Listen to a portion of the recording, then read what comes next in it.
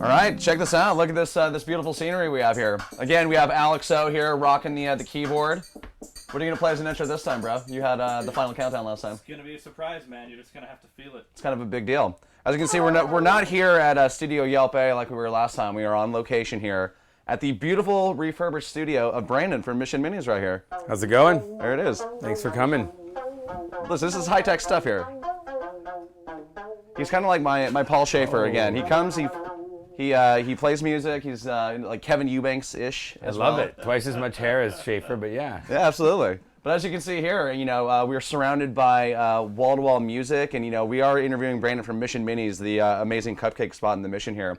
And it goes without saying that this is a beautiful room, and you just told me that a reality show was in here filming this, right? Yeah, it was called Room Crashers. It's on HGTV, and for anybody that knows, there's all those shows with like Ty Peddington and Hoarders. Move that bus! Yeah, exactly. Yeah. And this was kind of like a combo between that and maybe like Pimp My Ride or something. But this is the new studio. It definitely did not look like this before they came here. It was 3 days of sawdust and hammers and crazy dudes. And my girlfriend and I got involved. Tristan, my son, got involved, and it was really fun. We met in a consignment store. Like I was looking for end tables, and the host of the show, this like construction dude, Todd, came up to me and was like, hey, what are you looking for? And I told him end tables, and he's like, hey, we could just, that's cool. What are you doing to your house? I said, we're just looking for new end tables.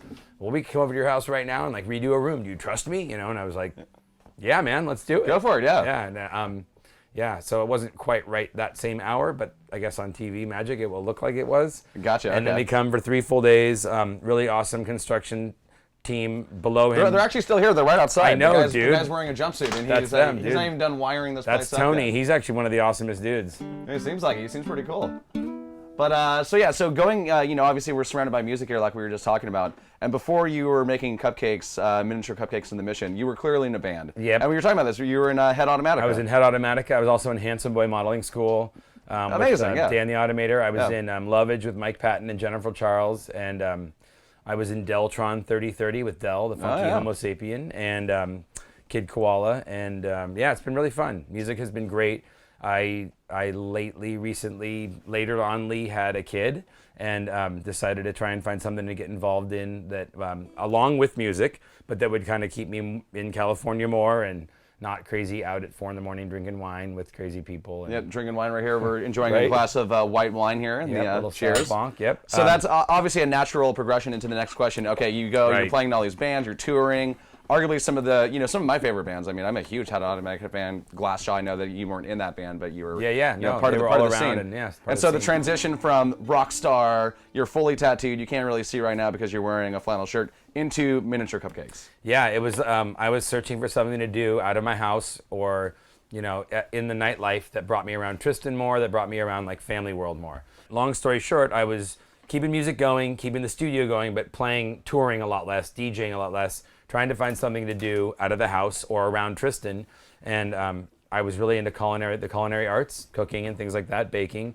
And I was like just going crazy trying to figure out what to do. Like, am I going to do cookies? Am I going to do filet mignon wrapped in bacon? Am I going to do... So you didn't even know if you were going the confection, the savory route, or the sweet route? Yeah, it was just like... Alex has to go, so everybody wave goodbye to Alex. Master Music Alex, Man.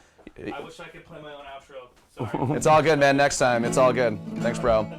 But so you didn't even really know which direction you wanted to go. Yeah, no. So I was actually just watching the Food Network and copying everything they made. So they'd make, a big casserole. I'd make a big casserole. They'd make, bourbon French toast, and I tried it. Mario Batali would wear those obnoxious-looking Crocs, and you would wear your Crocs also. I didn't do that. And I watched most of the shows I watched weren't the kind with the audience. And I don't even really, I understand the awesomeness of Iron Chef and things like that, but I wasn't even as much into those as I just was into like the, Michael Chikari or whatever that guy. Yeah. 30 Minutes with Rachel Ray and Paula Dean and just the people that had their little half hour of what they did, whether they cooked quickly or it was a pre-made food they heated up or cooking for the week for kids. There was one woman that had like, make stuff tonight and then it like creates leftovers and like so they all had this kind of different theme and I just copied everything, man. Like straight up anything that looked good to me I made, and I was just trying to land on something, and kind of took a little detour and ended up making like pot cookies.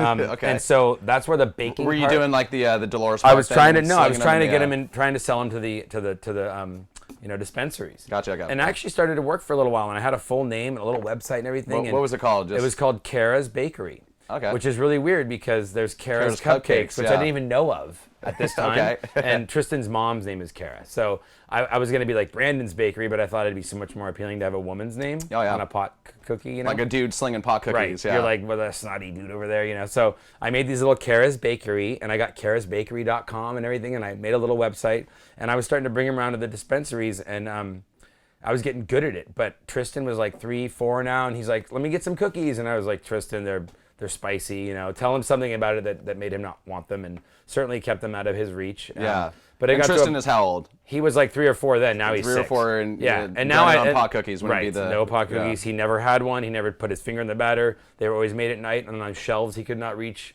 even with the largest stool in the room.